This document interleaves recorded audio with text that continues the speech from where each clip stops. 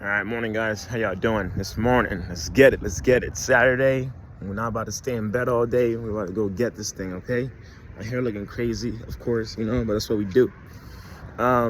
So, all right, this video is gonna be called The Bigger Picture, all right? And the reason it's called The Bigger Picture is because, like, many times whenever we're trying to grow, right? Whenever we're trying to grow, our old self is so powerful, right? And why? Because of habits. It's that simple, because of habits, right? It's like we've done so many things that were not, beneficial for our future, for, our real selves for so long that the second you try to pull away, right? It's like habits are like crabs in a bucket, right? You can look at it as people, but I don't like to do that, right?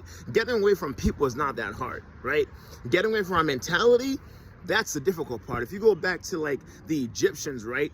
When God tried to get them away from Pharaoh, all he had to do was raise one person up, right? People have always been easily susceptible to following somebody who can speak, who had influence, had power, right? So God raised Moses up, and the next thing you know, they follow him, and then through the miracles that Moses was doing, like the people were able to kind of see, okay, he's different, and not only is he different, right, but he actually wants to get us like out of like this slave and servanthood mentality and work ethic, like all they were doing is laying brick. That is not a way to live, right? But if you notice, right, like when God took them through the wilderness, right, when he was trying to take them to the promised land, right, and God attempted to change their thinking, oh my goodness, right? Like that's when things like hit the fan. Right, so I'm watching myself, right, trying to break away from a lot of mentalities, right, like the killing the vices.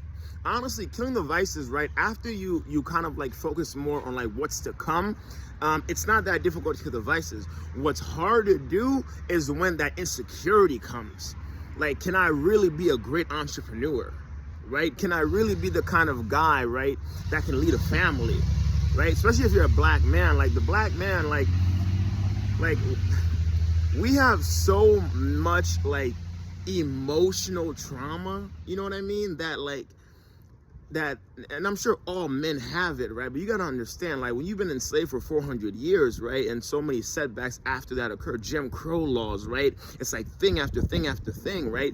The 1990, I think 1994, 1995, 1996, war on crime bill, which is really like a bill to imprison black men, right? When like society pictures you as a thug, right? When the music industry, right, tries to like portray only a certain kind of music, right? It's like it's like every time you look at yourself outside of Black Panther and Chadwick Boseman, rest in peace to the GOAT.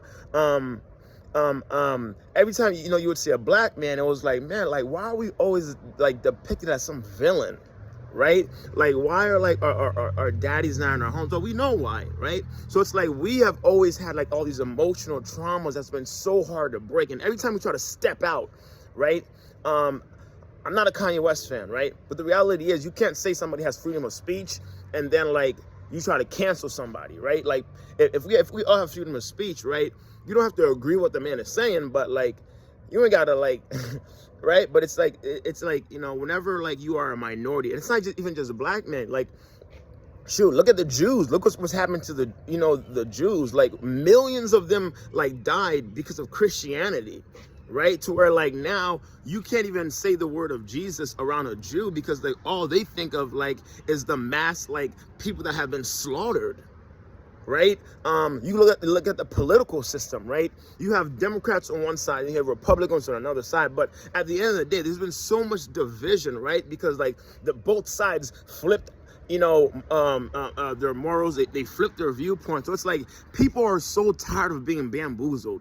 People are so tired of being lied to. People are so tired of like, saying, well, your religion is better than my religion. And it's like, that's not working. Right now in society, people need to see somebody like that can stand on truth. People need to see somebody that can cut every vice. People need to see somebody that's like, yo, I'm not gonna compromise, right? And it's like people want to see somebody that can look every single woman in the face and go like, yo, I'm not like these other men.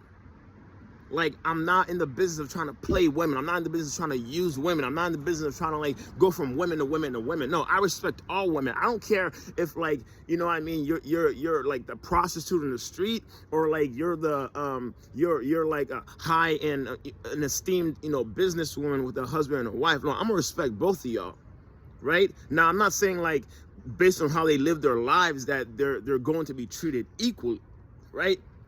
But I'm still gonna respect both. Right? So what I'm trying to say is, like, today's Saturday, right? So let's get it.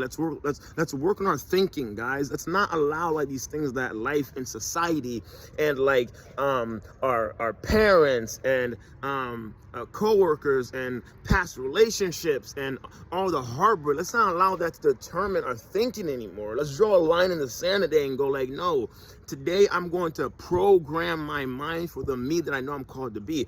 I don't know who that is for you. I know who that is for me. I know wherever I go, I'm supposed to raise the standard. Whether it's morality, I'm supposed to raise the standard. Whether it's forgiveness, I'm supposed to raise the standard. I used to tell people all the time, I want to be the very best at forgiving the fastest. I want to be the very best at, like, going, you know what? My bad. That was on me.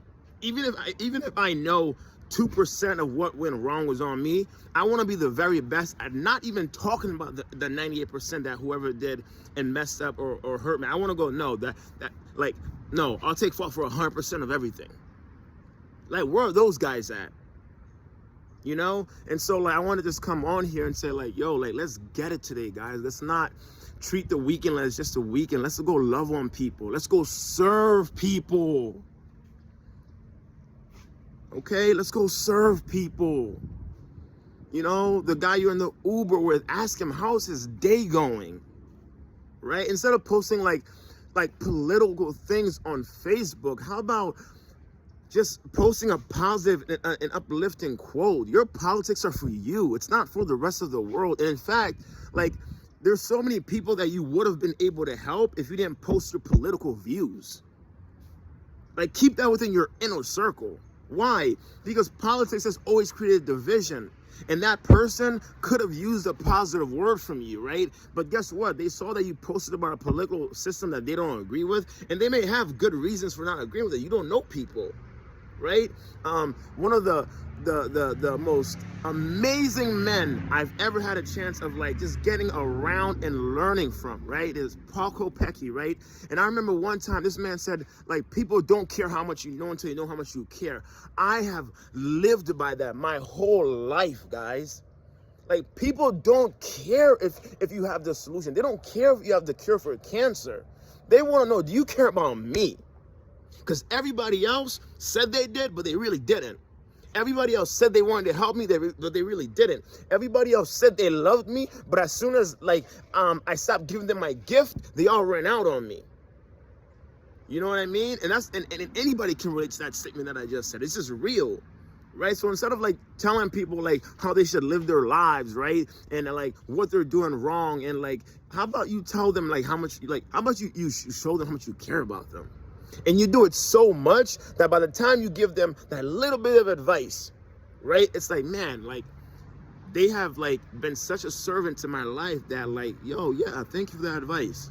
Because most people, if you give them advice, they're not going to listen. Why? Because they don't think you care about them. All right? So let's grind today. First video of the day. I'm going to post at least 2 more. Oh, it's my auntie Kika's birthday, all right? Y'all wish her a happy birthday, all right? Beautiful Haitian woman. Kids are amazing. I love that woman. I was at her house last night. We was chopping it up. Me and her son Winston talking about God.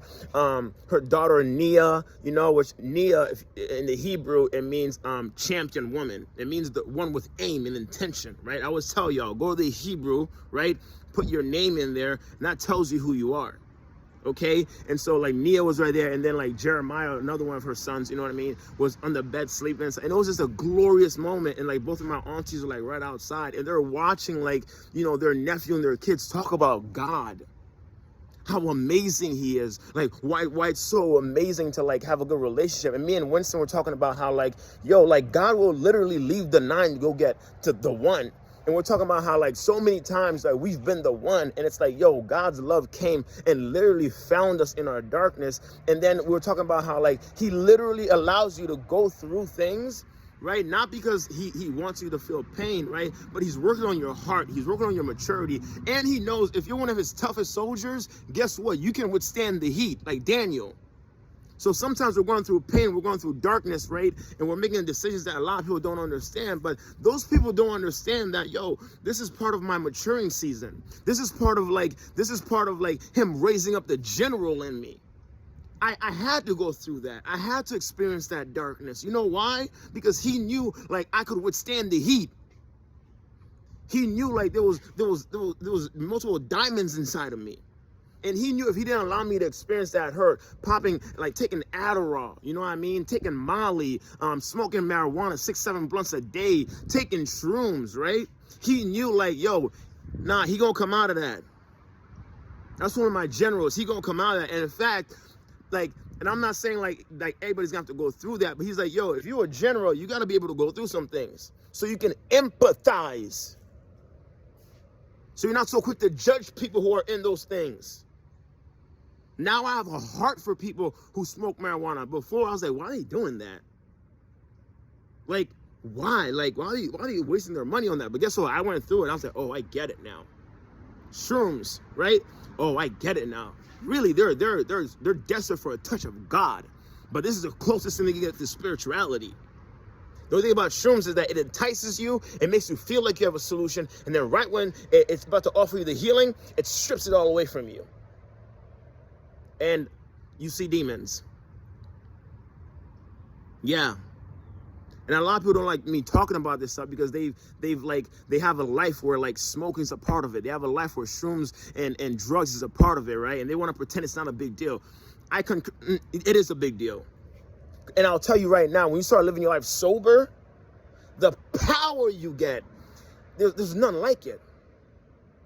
Right? So like, let's read more today than we've ever read before. Let's spend time with our family and love than we've ever done before. Let's think bigger, the bigger picture. What's the bigger picture? The bigger picture is simple, right? I want to be the greatest husband that's ever walked on the face of the earth. I want to be the greatest father that like any child has ever gotten a chance to experience. I want to be the greatest big brother that any little siblings have ever had. I want to be the greatest CEO that the marketplace has ever seen. I want to be like a best friend to the Holy Ghost that the Holy Ghost has ever had a chance to experience. So what you mean? That's the bigger picture. That's why you leave everything else, right? And you pursue this life that's worth pursuing. And you just wake up every day and you make a decision to basically be the very best in every single area of life as you can. I want to put the very best things in my body. I want to speak to my mind, right, with nothing but positivity. I want to speak to my mind with nothing but goodness, purity, and I want to do nothing but like leadership, right, like pure Bible with proper interpretation, kingdom thoughts, right? Life gets fun like that, guys. It gets fun. It gets amazing like that. So let's get it, okay? 80% Johnny out, okay? Have a dope day. Love people. Serve people, all right? Later. Bye.